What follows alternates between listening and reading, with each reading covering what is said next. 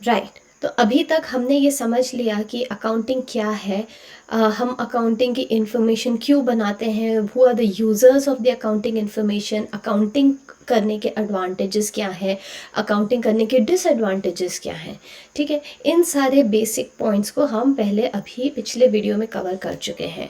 Just in case you are not clear on any of the topics और आपको revisit करना है, so there is a link somewhere here, कुछ एक link होगा, you click on that link and it will take you to the video, the previous one.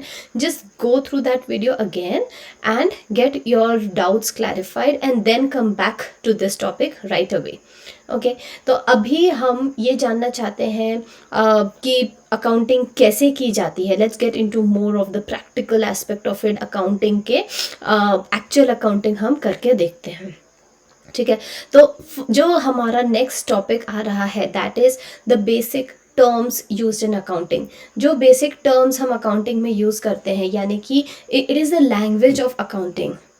Alright, when we go and we want to learn any new language, suppose आप आज school में जाके आप English समझते हो, I mean like no, that's not a great idea, because English तो हम लोग पढ़ते थे, हम लोग अपने ज़माने में जाके इंग्लिश पढ़ते थे। हम लोगों को बस वही उतना ही तक, अगर ठीक है, अगर किसी को इंग्लिश थोड़ी बहुत अगर ढंग से आ जाती थी तो पापा मम्मी पूरे मोहल्ले पड़ोस में सबको जाके बोलते थे कि हमारा बच्चा तो बहुत सही इंग्लिश बोलता है। अपन भी बड़े शान से पूरे मोहल्ले में घूम रहे होते हैं कि हाँ हमें तो बड़ी अच्छी इंग्लिश आती है। बेइज्जती तब होती है जब पता लगता है कि सामने वाले को भी इंग्लिश आ जाती है। खैर, अभी बात करते हैं आज के ज़माने में। मतलब आप लोग, जैसे आप लोग तो वैसे ही इंग्लिश बहुत बढ़िया बोलते हो, हिंदी बहुत बढ़िया बोलते हो, उसके अलावा आप लोग जाके स्कूल में फ्रेंच सीखते हो या जर्मन सीखते हो। This is like few of the languages that almost everybody is learning these days. तो जब आप क्लास में जाके लैंग्वेज नहीं सीखते हो तो उसके बेसिक टर्म्स आपको सिखाए जाते हैं, है ना। आपको उनको सिखाया जाता है कि अच्छा हेलो को आपको अलग अलग लैंग्वेजेस में कैसे बोलना है, या फिर आपको बोलना है कि तुम क्या कर रहे हो, उस सेंटेंस को हम अपने अलग अलग लैंग्वेजेस में कैसे बोलते हैं।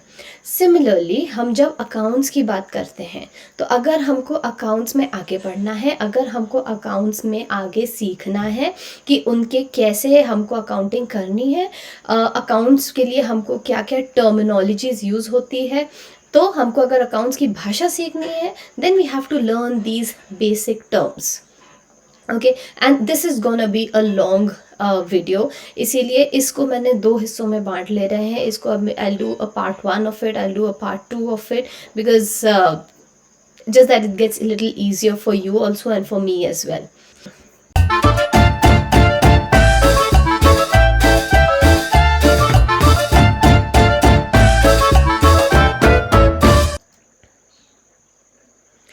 ऑलराइट, तो अभी हम बात कर रहे हैं चैप्टर 1 कंटिन्यूएशन। हमारा जो पिछला वीडियो था, अगर आप एनसीईआरटी टेक्स्ट बुक को रेफ़र करेंगे आपको ये बेसिक अकाउंटिंग टर्म्स उसी में इंक्लूडेड मिलेंगे, but it's better that we refer to TS Grewal. उसका chapter 2 it's a separate chapter all together.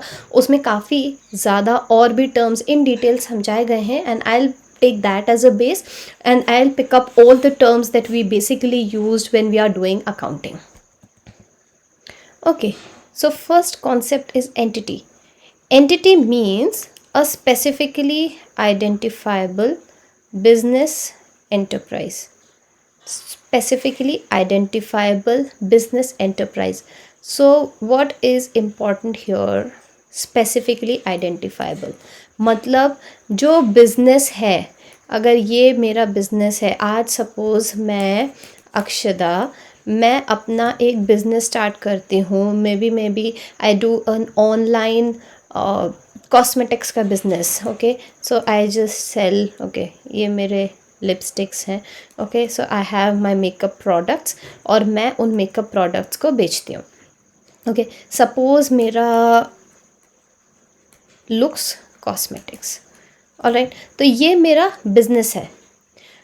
Akshada or Lux Cosmetics for accounting purposes are two different entities. This is number 1, this is number 2. No matter how much we say we associate ourselves to the business, हम कितना ही बोल लें कि हम और business एक ही हैं, actually when we're talking about in accounting terms, Akshada and Lux Cosmetics, they are two different existing entities. Business it's an artificial entity, मतलब I am a living person, मैं तो जी रही हूँ। बिजनेस लिविंग पर्सन नहीं है, it's an artificial entity, पर ये separate है। ओके तो जो भी ट्रांजैक्शन अक्षदा अपने घर के लिए करती है, सपोज अक्षदा एक अपना घर खरीद लेती है, ओके सो इस घर को हम बिजनेस के नाम पर नहीं बुक करेंगे, we will not book this transaction of buying a house in the books of Looks Cosmetics, ठीक है, because Akshada and Looks cosmetic are two separate entity. Entity concept बहुत इंपॉर्टेंट है, and then not just this concept, all the concepts that we are covering today and over this next video, जो दोनों हम parts में cover करेंगे, these are so handy that it's not just important for you to set the base for accounting. आप आगे जाके, and this is what I am telling from my experience of interviewing like hundreds and thousands of people across my career, interviews में ये बहुत important questions play करते हैं।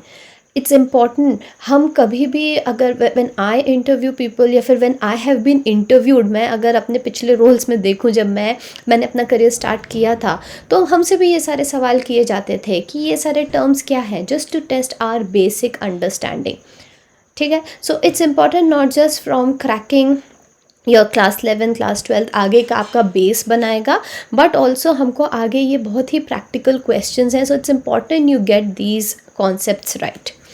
Alright, तो we say business entity concept होता है that the entity and the business owner are two different identifiable entities.